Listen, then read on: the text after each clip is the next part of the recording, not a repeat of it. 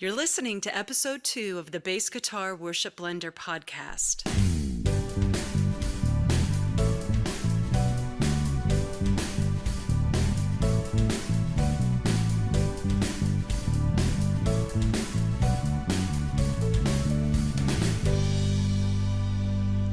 All right, well, we made it. We're now on episode 2. We've got past the first one, where it was mostly just an introduction, and now we're really going to get into the meat and potatoes of what this podcast is all about. I've got this episode broken out into 4 segments, and I hope you'll listen for all of them. The first segment is going to be about octaves and how to play those in a different way than what you might be familiar with. The second segment is on a little invention that I guess I've kind of created. It's called the fretted fretless bass, and it's a little different. I'm throwing it out there and just seeing if that's an idea people will gravitate to, or if it's something where people say, Brent, that is just the stupidest thing I've ever heard. And then our third segment, which I hope you'll stick around for, is how to get a synth-based sound without actually using a synthesizer or any kind of pedals. This is if you're just got a bass, maybe you're plugging directly into an amp, or if you're plugging direct into the system, into your PA, you're not using anything, and now your worship team says, hey, we want you to have more of a synth-based sound or play these songs that utilize a synth bass. How can you actually pull off a synth bass sound without using any additional equipment? And then the final segment will be where we'll focus on music over gear. And let's go ahead and get started. Segment 1, another way to play octaves. This podcast is going to be difficult for me to really show you how to do anything technique-wise because, well, there's no visuals involved with a podcast. It's all audio. So this is going to involve, on your part, visualization. But that's not a bad thing because visualization is used by a lot of people in order to improve certain skills. For example, athletes will do this. They'll visualize their, what they're doing. Like if they're a football player, they'll visualize themselves running and catching the ball. If they're musicians, they'll visualize themselves playing particularly hard parts on their instrument, or visualizing themselves on the platform playing and what the different environments will be. So a lot of people do this, and I can actually, you're going to think I'm getting off topic here, but I'm actually going to bring it back towards the podcast and what I'm actually talking about here. About 20 years ago, when I was just getting into mountain biking, and I was really getting excited about it. I had just bought this, my first full suspension mountain bike. I was all excited. I had some trails near where I worked at a place called Santos that had just miles and miles and miles of really cool off-road trails. Really enjoying it. But I was noticing when I'd go out there, because I didn't really know how to shift my gears. And I just, did kind of the newbie thing where you just put in a kind of a middle gear and just kind of ride there on all the trails in that middle gear. Something that's easy enough to ride on, but it's really, you're not going to, so you don't get stuck, but also at the same time, you don't have a lot of speed on it either. So you're just kind of in the middle. Well, I was noticing as I was riding out there that, on these difficult terrain and a lot of this difficult trails that I'd be on, I'd have to walk, and I'd see all these other guys just fly by me. And I'm like, how in the world are they doing that? I'm having to walk here, and they're just making it look so simple. And then I started to realize that's because they're changing gears. They're using the gears on their bike to help them do the work of what, I'm trying to do with just one gear in my legs. So, and right about that time when I was getting that realization, I had to have some surgery, and so I had to be off the bike for a few weeks. And that was a bummer for me because I was just starting to kind of go, oh, wait, gears, I think I need to do that. And I was all excited, and then I had to be off the bike. And so while I was down, I started reading a lot of mountain biking magazines and books and things like that on the topic, and found some good articles on shifting gears and some stuff online. And so I spent a lot of time reading and studying that stuff and visualizing in my head the trails that I'd already been on. Well, how could I apply that technique on mountain biking and the shifting of gears and everything, how could I apply that on the trails? And played over and over in my head, okay, now I'm at this part of the trail. Okay, here's where I shift here. Okay, here's where I downshift here. Okay. And the next time when I finally got good where I could be back on the bike again, I went back out there and started riding, and I was so improved on biking just from doing all that visualization. And honestly, it was probably the most progress I ever made on mountain biking in the shortest amount of time. And so I went from being just a very lame mountain biker to actually being pretty good, and it wasn't too much longer till I was riding all those same trails that I saw other guys riding on and doing it almost flawlessly. So taking it now back to the podcast and actually playing bass is I want you to visualize a lot of these things that I'm talking about in your head, and really try to think, okay, when I'm mentioning notes, okay, where you're playing that on the fretboard, what fingers are playing that particular note. Really play it in your head so that it gets in your head, and so that it becomes, when you go to actually play it on your instrument, it's like, oh yeah, that's no big deal at all. So the first thing I'm going to show you how to do, here I am saying show you again when I'm going to speak to you. There was something that I want to show you, is I'm going to tell you about octaves. And a lot of people do them. This is something I would consider a entry level, almost kind of technique. On this podcast, I'll have stuff from all levels, but I figure I'll start off on something basic here. So if you already know about octaves, then, hey, just bear with me for a few minutes. But if you don't, if you're just starting to get into playing bass or just getting into playing octaves, this is a way that you can play them easier than what you might be playing them. Because most people, when they realize, oh, I can slide up and do an octave, it's like, ooh, you get this, people love doing that. It's like, oh, that's so much fun. And people love sliding into notes. So if I'm playing a G note and I want to slide up an octave, what I'll do, so say I'm on the 3rd fret of the E string, playing that G, and then I'll slide up on the same string to the 15th, is that right? Yeah, 12, 13, 14, 15, 15th fret, and play that G up here. So you gotta, you're sliding the whole entire octave on one string. Well, that's all well and good, and I do that all the time, and it sounds great. But if you're trying to get to a note quickly or efficiently, you might want to do this little trick, where say you're playing that same G on the 3rd fret, and again, visualize this. Maybe I'm playing it with my first finger, but wherever your hand happens to end on in the song that you're playing, it could be a different finger. But for this exercise right now, we'll just say, okay, I'm using my first finger.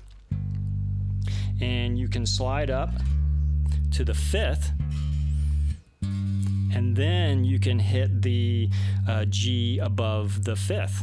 So on the same string, now I'm on the 10th fret, and when I go from that first finger, typically I'll go to by the time I'm at the D on the E string here, the 10th fret, then I'm usually on my middle finger, and I transition to the G on the string above. So it sounds like this, as opposed to on the same string.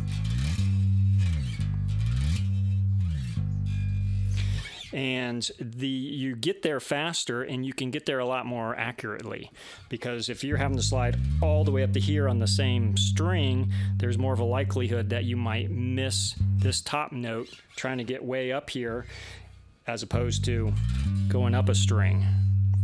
It just makes it a little bit easier. Now, and really, there's not a whole lot of difference in sound. You can kind of hear it when I've got the bass singled out like I do now, but when you're playing within a band with drums and guitars and keyboards and everything else and singing, that pretty much sounds the same as nobody's going to tell the difference. So you can get those slides in a shorter period of time. And also, say if you needed to get there quicker, then on that string you've got less of a distance to cover. Now you can also end on that if you're going up to this note here on the string up, going up to the 10th fret, you can also end on different fingers. Like in this case, I ended with my pinky on this note. Might do this if I'm in maybe like a minor key, because then that gives me the positions there that I have, versus if I'm in a major key, I'll probably go to my third finger. It just depends on what your next notes are going to be as to where you actually end on that slide. It might just be where you're... Now, if you're going to be sliding up and back down, I wouldn't go to the string above. I'd just stay on the string you're on. So,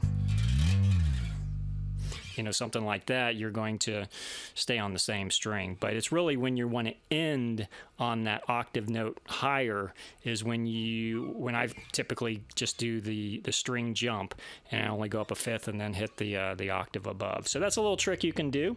It can save you some time on getting to that note. It's usually more accurate to get there because you're not having to cover as much ground, and it pretty much sounds the same in the full mix of a band doing it there versus staying on the same string. So I hope that's helpful for you. Segment 2, the fretted, fretless invention.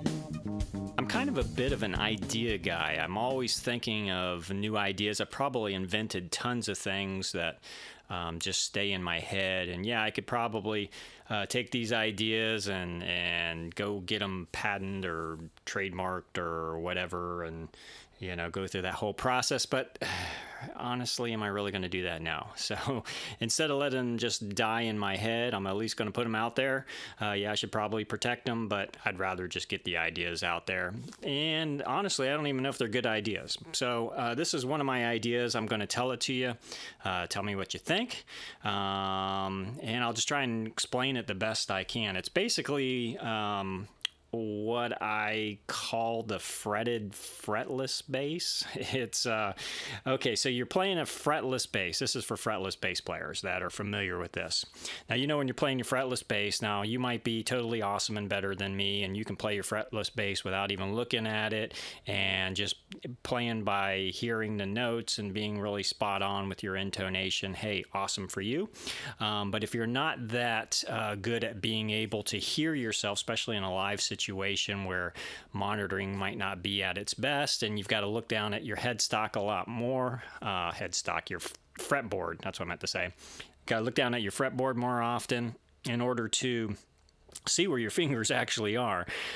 So in that case, you're having to look at your bass a lot. So you're not really able to just, focus on playing or looking out at the congregation or whatever. So you're really just stuck at looking down at your bass, because on frets, if you're playing with a fretted bass, you can look away from your instrument a lot easier because you can feel where your fingers are at on the fretboard based on feeling the frets. I mean, you've got a little bit of wiggle room in between the frets where you can place your finger. Yeah, ideally you need to be playing on the fret. But if you kind of miss that when you're not looking, you still got the safety net of the fret playing the note where you need to be. And as long as you kind of know you're in the right spot, you're pretty much hitting the notes. So on a fretless bass, you don't have that sense of that tactile feel to be able to say, hey, here's where I'm at. So this is an idea. It'd probably only work on a bass where you rip out the frets on an existing fretted bass, and normally whatever they do, they fill it in with whatever, and plug up where the fret was actually mounted into it, and it's just flush. There's like a flush surface with the fretboard of the bass, and so from that point on, now it's a fretless bass. So instead of when you rip out the frets, my idea is that you actually put in a fret that actually has nothing that protrudes out from the fretboard. It's actually kind of flush with the fretboard itself. Maybe now, of course, there might be a little bit of material because it's got to have a little bit of something there, but it would be very flat, almost like a pancake, instead of sticking up like a mountain peak if you were to look at the profile of it.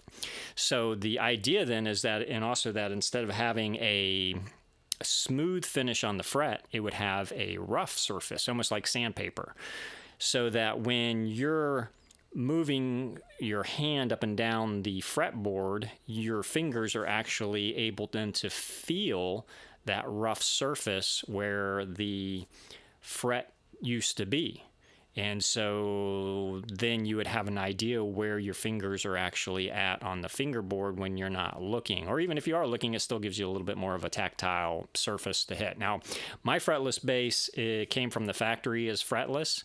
And so there was never frets in the fretboard anyway, so nothing that ever had to be filled in. So I will confess, I've never actually played a fretless bass that formerly used to be a fretted bass that had the frets ripped out.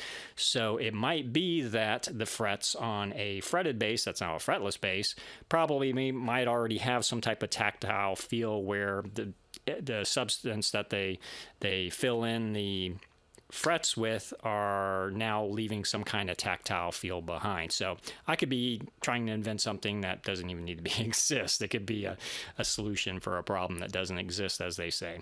But anyway, that's just an idea I had.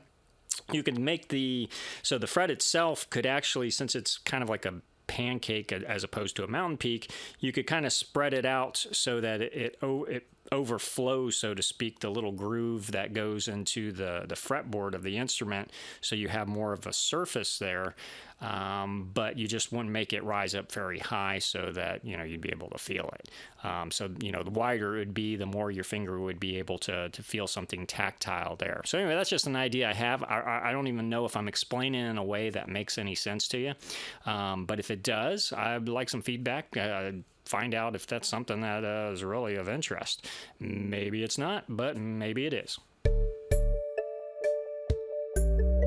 Our featured segment.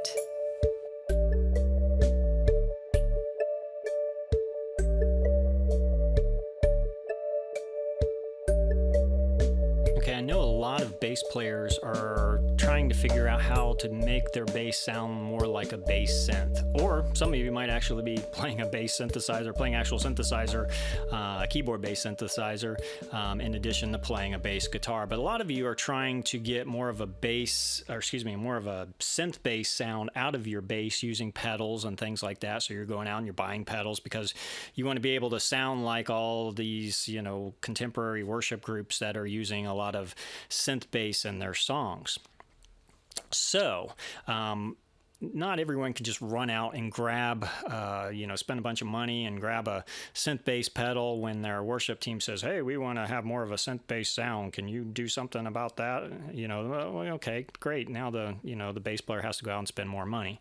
And that's not always the thing that you have to do. Really, here's a way that you can actually get more of, it's not going to sound like a synth bass, but you can kind of mock a synth bass sound more by just using your existing equipment. Say, for example, and this particular segment is going to be aimed towards people who do not have much of anything as far as a pedal board. Maybe you're just going direct into an amp, or maybe you're just plugged directly into the PA system through a direct box and nothing else. Now, some of you might actually have at least a compressor pedal. That would be awesome if you at least have that. But let's just start off first thinking that, hey, you've got a bass guitar and it's plugged directly into a direct box and that's it. So let's break down how to get more of a synth bass sound with just that equipment. Can it be done? I think it can. Well, again, you're not going to sound synthy, but you're going to get you can more imitate what the synth bass is actually doing, so it fits more within the mix. Because my opinion, I don't think you have to get the exact synth bass sound in order for it to sound right for your particular worship team, but you do need to get the right feel of the synth bass and your bass part in order for it to sound good. And here's what I'm trying to say. think about how a synth bass plays and then play more like that. Number one, a synth bass, let's talk about the sound of it. It's going to have a big, full, deep sound. It's usually got sub-oscillators and all these other things that you can program. Typically, you're going to have, and I'm not going to deal with the stuff like the overdrive and fuzz because I'm going to assume that, again, we're just a stripped-down setup. So you're going to definitely have a big, full, kind of sound. You're not going to have a lot of note definition. So let's say you're on a passive bass plugged in direct. I would use, if you're using a jazz bass, I would just use the neck pickup, and I would turn the bridge pickup all the way down. Also would roll off the tone knob all the way. If you got a bass other than that has a tone knob, turn it down all the way and try to get whatever pickup combinations you have. Try to get whatever is the boomiest type of sound. If you're on a P bass, just turn down the tone knob. Because what you want to get is that kind of sound that doesn't have a lot of note definition. So that's the first step. The second step is thinking about a synth bass and how, well, let's go back in time a little bit, because most of the synth basses are all based on what was invented back in the 70s and before. A lot of people are going out there buying the Moogs, and the Moogs originally started out 1971 when the Mini Moog came out. Actually, there was the modular Moogs before that, but starting with the Mini Moog, that was invented in 1971 when it came out, and that's what a lot of the new Moogs are based on, and a lot of the other synth basses are trying to copy the Moog sound. That's kind of been a big bass sound for years and years and years. So those old Moogs and a lot of the other synths that were out at that time, they were monophonic, and they didn't have any velocity sensitivity to them, meaning you can only play one note at a time. So if you're playing a note, and then if you're holding that down and play another note with another finger, it's going to cut off the first note.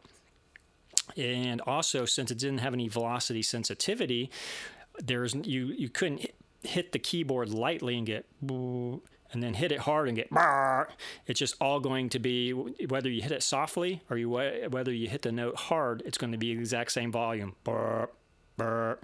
And also, when you hit it and you let go, well, actually, most of the time it's set up so that it holds out for as long as you hold out the note. Meaning, yes, you can control the envelope and get different ADSRs to get the sound to change over time the way you want it. But most of the time with the synth bass, it's going to be you push the note and it holds that note at the same volume for as long as you hold down the note. You release the note, and it cuts off. So when you're thinking about that on the bass, and this is where a compressor comes in good, because a compressor can really help to level out the signal, and you can put a lot of compression on there so that you have an unnatural amount of compression or a natural smoothness to the sound, meaning there's no dynamics whatsoever. But that's how a synth bass is. A synth bass, 70s era synth bass is not going to have any dynamics at all in the sound. So if you have a compressor, definitely use that. But if not, at least think about getting your notes to hold out and get as much sustain as you can out of it. Because a lot of the synth bass stuff, it's holding one note, a whole note for a measure, and it's just very slow moving kind of stuff. Now, if you're playing something more quick and active, then it's going to be a little harder to get every note to be exactly the same in volume. But that's where practice comes in. But, so think about it, say on the slow songs, think about, when you're holding that note, pretend like, okay, you're imagining the keyboard player, he's pushing down the key, and it's an even volume sound, and it's holding out right until it releases. And usually on a keyboard, you can push one note with one finger, and then as you're pushing down on the other note, you're releasing the one note that was being held down. So it's kind of like a trade-off. So there's not a pause in between the notes, where normally a bass player would go there might be a little bit of breathing space in between the notes, and that's usually good. Kind of gives a good organic feel when you're grooving with a drummer and whatnot. But with a synth bass, You don't want to have any breath in between the notes. You just want it to be, you really want it to one note to go directly into the next note, and there to be no changes in volume, because sometimes you're holding a note and you actually hit a note too hard, or you don't hit it hard enough, and you get that uneven balance in the volume, and that's gonna take away from that synth bass sound. Now, if you have an active bass, you can definitely push the bass frequencies, cut the mids down, cut the highs all the way off. So again, that you get that real kind of bass sound without any definition in the higher frequencies. So this isn't going to give you an exact synth bass sound, but you can at least use your existing equipment. Think like a keyboard player, think like a 70s era synth bass, and kind of put all that together in order to get more of a synth bass technique, more of a synth bass kind of tone to what you're playing. Then if you can add some more pedals or whatever at a later date, great, but maybe you don't have to. Maybe you can just do those types of things, thinking about being a synth bass player without the equipment, but how the synth player plays it, and you might actually be able to get by utilizing your existing equipment and not having to spend more money for more equipment. Focusing on music over gear. Okay, imagine you get invited to a Bible study. And so you get your Bible, you go to the Bible study, you join with everybody in a room. The facilitator says, okay, welcome everybody. Okay, get out your Bibles. Okay, you get out your Bible, you're ready to do some study. And then they say, hey, check out George's Bible. Look at the leather binding on that. That's pretty neat. And then somebody else says, oh, you got to see the print in this Bible. The print in this is really cool. Oh yeah, that's a nice font. That's great. And then somebody else says, oh hey, look, I got a large print Bible. It's a lot easier to read. It's a lot bigger though. And somebody else says, oh yeah, do you find the weight trade-off of having a heavy Bible is worth it for that larger, easier to read font? And somebody else says, you get what I'm saying? It's like everyone's just actually talking about the Bible as a physical object as opposed to actual scripture. And a lot of times that's kind of what we're guilty of as well. Most of the time it seems like if you go to any online forum for bass playing, or anytime you get together with other bass playing friends, that tends to be what we talk about. Is we talk about our equipment. We don't actually talk about the music that our equipment makes. Instead, we're like, hey, check out this bass. Oh, should I buy this set of pickups? Oh, what about this preamp here? Oh, should I use this bass cabinet or this one over here for this gig? Or oh, what about the color scheme on this bass? Oh, look how pretty it is. Oh, versus this one over here, blah, blah, blah, blah, blah, blah, blah. So I'm kind of challenged. Well, and first of all, I'm guilty of it. My hand's raised. You can't see it, but my hand's raised. I'm saying right here, I'm guilty. I probably spent way too much time, reading Sweetwater catalogs as opposed to actually reading sheet music. So I'm guilty of it myself. And let's face it, talking about gear is fun. It's fun. I like talking about gear. And so I'm one of the guys on all those forums and everything that's talking about gear and what pickup should I get for my bass next and blah, blah, blah, blah, blah. So my challenge to you is to spend at least as much time talking about music as you do talking about gear, or at least as much time talking about theory or techniques or anything else like that with other musicians as you do with gear. And if we can do at least that, I think that'll help us all to be a whole lot better as musicians. Well, that'll do it for this episode. Thank you for listening to the Bass Guitar Worship Blender podcast. I hope you'll subscribe, and we'll see you next time.